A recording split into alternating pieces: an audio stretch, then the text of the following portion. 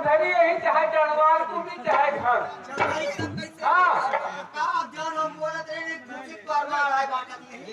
नहीं तहु का कही बैठ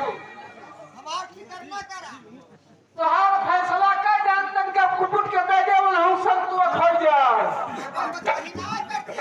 हाँ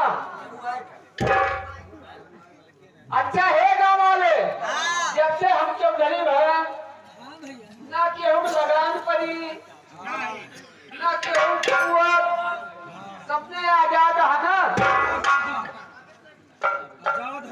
आजाद है एकदम समझा एकता एकता जिंदाबाद।